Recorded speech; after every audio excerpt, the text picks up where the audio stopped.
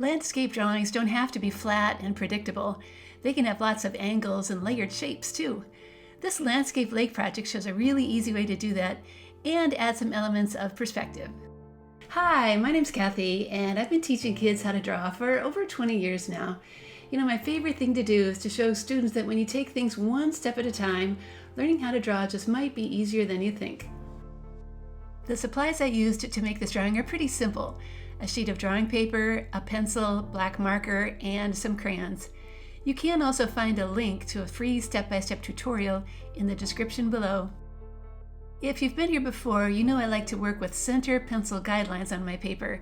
They really help me see where to place my lines when I'm drawing. Let's start by making those angled lines. I'm making marks where the top one is going to go, and then connecting them with a kind of wobbly looking line. Then making marks for the one below it and connecting them the same way. Now the third angled line is planned and then connected. And then the fourth one, which is a bit further down, gets some marks. And this one actually is going the same direction as the one above it. The very last line is angled the other way again and can have a kind of bumpy quality to it too. Now we can start at the bottom and fill this layer with some large tops of trees. I'm adding some on the right and the left with just a few tops of branches showing. Okay, let's move up to the next layer and add a large barn. Start with the front shape, then add the roof lines and the sides and window and door. And when that's done, add a simple silo off to the right side a little bit.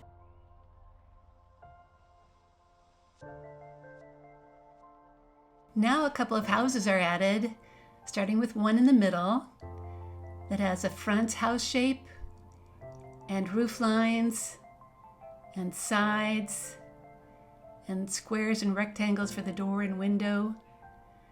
Then add another house on the right, starting again with the front and the roof and the sides and the windows and door. And when you're done, be sure to erase any of those angled lines that are inside those houses you just drew. Let's move up to the next level. I'm going to put a house here too. It starts with the front and the roof lines and the sides and the door and window. When that's done, I'm going to add a tree off to the side. Remember, this should be a little smaller than the ones at the very bottom of the page because these are a little further away.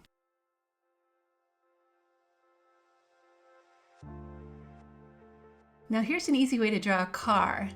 I like to start with the two wheels, then put your pencil on the wheel and draw the car shape around them. When the shape is done, add two windows inside. The next lineup is going to be the bottom of the lake, and I'm going to add a windmill here with a simple base and some skinny triangles on top for the fan.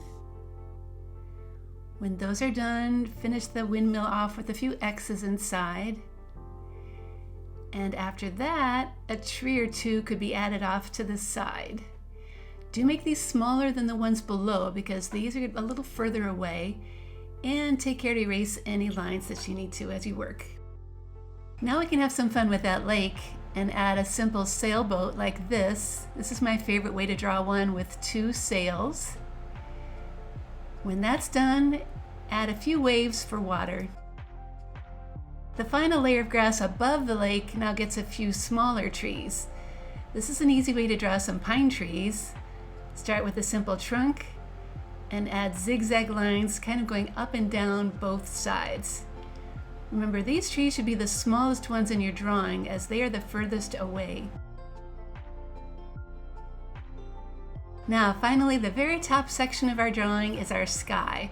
So it will look nice if it has a few fluffy clouds added to it. Alright, unless you'd like to add some more details, it's time to get out that black marker and start tracing our drawing. It'll help all those lines show up, and it actually makes it easier to color too. Now, as always, I recommend taking a moment to erase any pencil lines that might be showing. It really makes things look so much cleaner. You're welcome to fill in your drawing however you want, but here's what I did. I started with my orange houses. Then I went on to my barn, which I made bright red with a black roof. A little yellow house added some extra color. And I wanted that car to stand out, so I made it red too. The bottom of the trees are all filled in brown. The tree shapes a light yellow-green.